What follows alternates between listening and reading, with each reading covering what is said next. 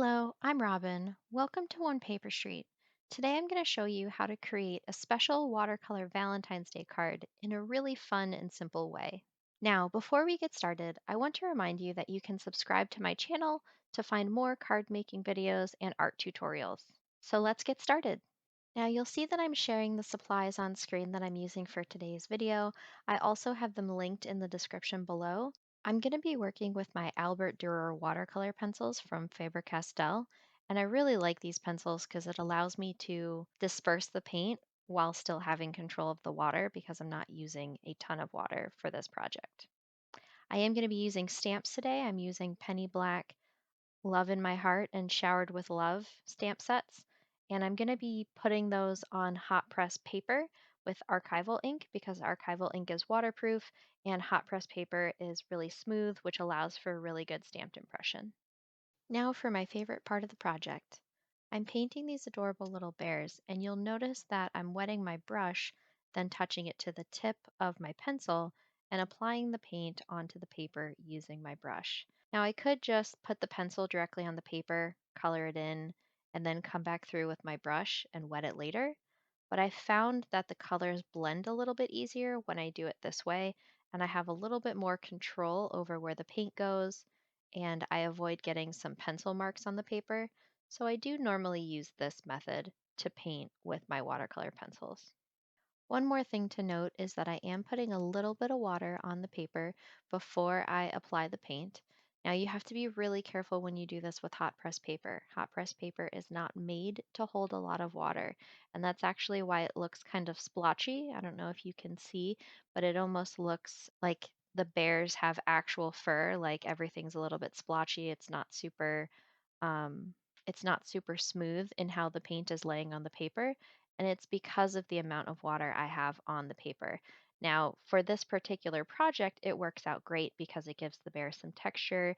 It makes them look like they have actual fur on them, so it really lends itself well to this project, but it might not be right for your project, so you do have to be mindful of that.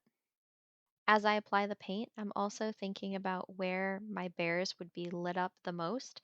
So if my light source was from the front, then you would see that the center of the face, the center of the belly, those areas are going to be a little bit brighter, a little bit more well lit than the sides of the face and the areas of the body where it might be a little bit more hidden. So I'm trying to keep those things in mind as I apply my paint.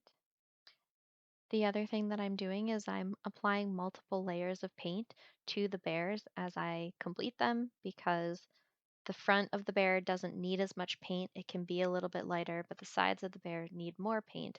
But I'm using the same paint color. So the way that I make darker tones is to apply heavier coats or to apply multiple layers to the areas of the bear where I want it to be a little bit darker. Now my paint can still be wet while I do this, but I do want to be mindful that I don't move existing paint and I'm really applying new paint over top of it. And I did mix two colors together for the second bear because I wanted it to still be the same tone of brown as the first bear, but I needed it to be a little bit darker.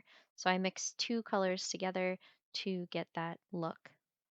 The last thing I'm going to do to this painting before I'm ready to apply it to my card is I'm going to stamp it with archival ink one last time so that the black lines on the painting are really standing out and they're nice and fresh and they're not covered by paint.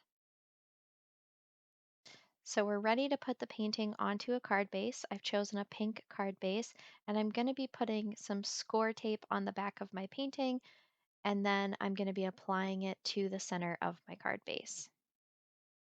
I also need to add a sentiment, so I chose Life is Better When We're Together from the Love in My Heart stamp set from Penny Black.